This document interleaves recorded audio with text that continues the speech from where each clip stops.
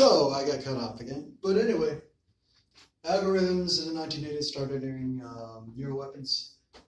In the 1990s, the Soviet Union is collapsing. The Soviet Union collapses in 1991. The Soviet researchers are suddenly without state sponsorship. So into this vacuum steps Western powers and private interests to pay these Soviet researchers to do their research for them. The United States is effective in recruiting many Soviet neuroweapons researchers to come to the United States and continue this work. One great example of this is Lefebvre, who is a Soviet researcher, who is one of the most instrumental theoreticians in what is known as reflexive control, which is another part of neuroweapons, using neuroweapons to engage in reflexive control, manipulating other people to get them to do what you want. In the 1990s, the NSA recruits several, like Lefebvre. He officially is teaching at the University of California, Berkeley. He's also doing research in New Mexico State University with a team there. This is close to Sandia National Laboratories, which is run by Lockheed Martin. And you will find a lot, when we go through the 1990s and early 2000s research, you'll find a lot of the research being done at Sandia and being done at Lockheed Martin. We know about the NSA bringing these people here through the leaks of a Lockheed Martin engineer who was developing these weapons named John Norsine. John Norsine became sort of not an official whistleblower, but an unofficial whistleblower, and he held discussions, private discussions with his friend named Duncan Laurie, who was an artist using what's known as radionics, and radionics are also used in neuroweapons, but he wasn't using it as a weapon, he was using it for artistic purposes. So him and John Norsine was using it to develop weapons. Him and John Norsine had these conversations, and eventually Duncan Laurie put together a book compilation of his conversations and email exchanges with John Norsine and put them online. And we will be going over some of this information later on. John Norsine came up at around 1998.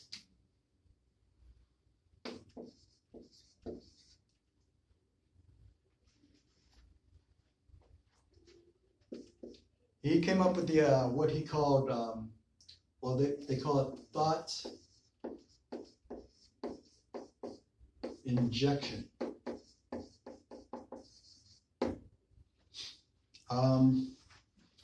He talks about thought injection. He goes to Russia to present papers on thought injection to other Soviet. He's an American, to the Soviet, to the Russian. Now they're Russian. They're no longer Soviets. Now to the Russian researchers, thought injection is basically what he's talking about here is injecting, using computers to inject thoughts into people's heads. Specifically, the examples that they always use are counterterrorism, which you could also say counterinsurgency, to take insurgents and turn them into good citizens. Like Zersetzung in East Germany and in the Soviet Union, and corrective behavior here.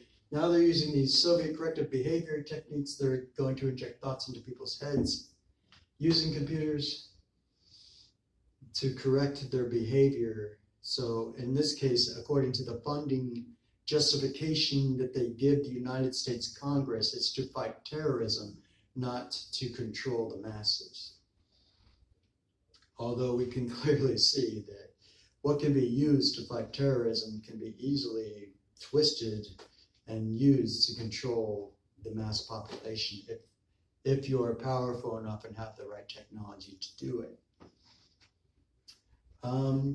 After 1998, everything is pretty much based in this system of thought injection. It just becomes then a question of automation using algorithms. how much computer technology they're going to use to do this. And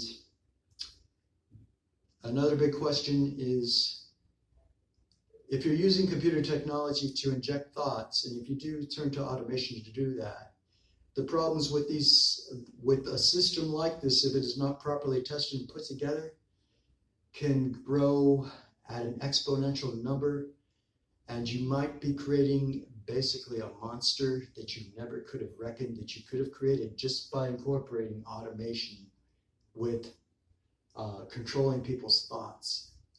And so that's the basics of the timeline. The next few chapters, I'll be going over these things.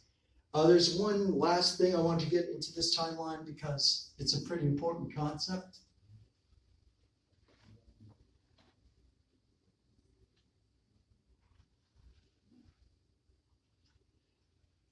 In the disinformation regarding neuroweapons, like I said, they like to put out in the conspiracy theory versions of neuroweapons, when they come up with fake explanations or explanations as to how it could not be possible. They're all based in telepathy. There is this question of whether the carrier of telepathy, the ability to have telepathy, is electromagnetic or gravitational based.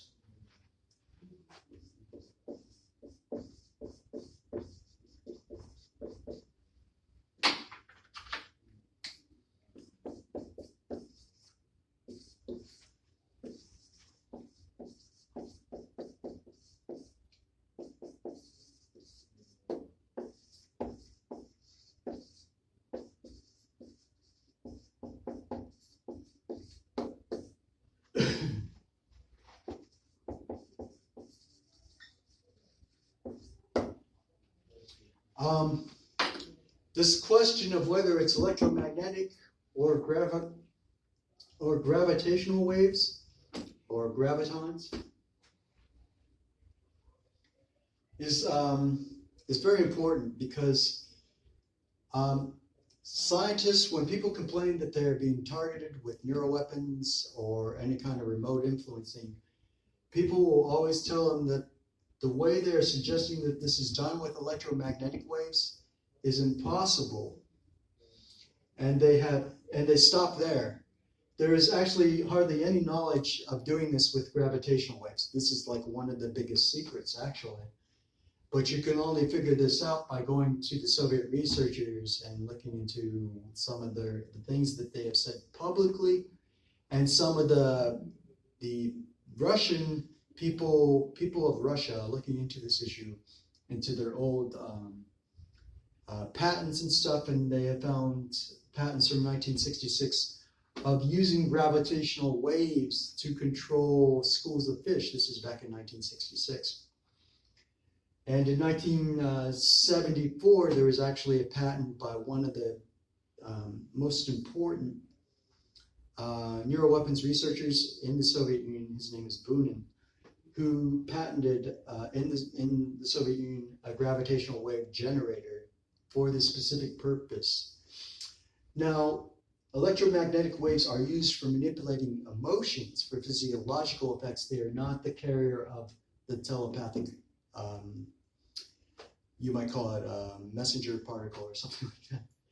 This is what telepathy really is gravitational waves, gravitons. And one important issue is that this comes with certain attributes that are non-local.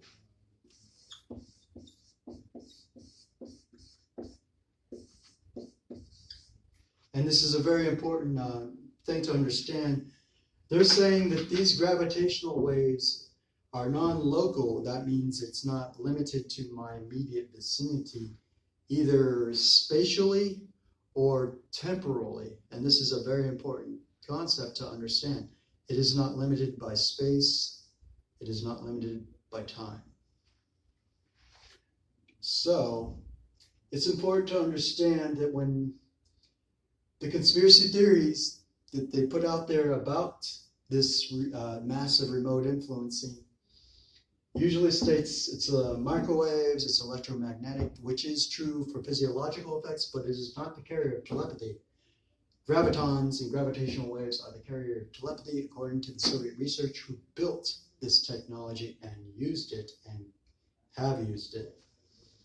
And then it came to the United States and the NSA, and then what the United States does, the United Kingdom also does. So whatever the United States has, the United Kingdom has too. So that's basically one of the most important concepts, and I like to really emphasize this, that it's very important to understand when we are looking at disinformation regarding neuroweapons, regarding remote influencing, regarding mind control, we're talking about gravitational waves, and they are non-local.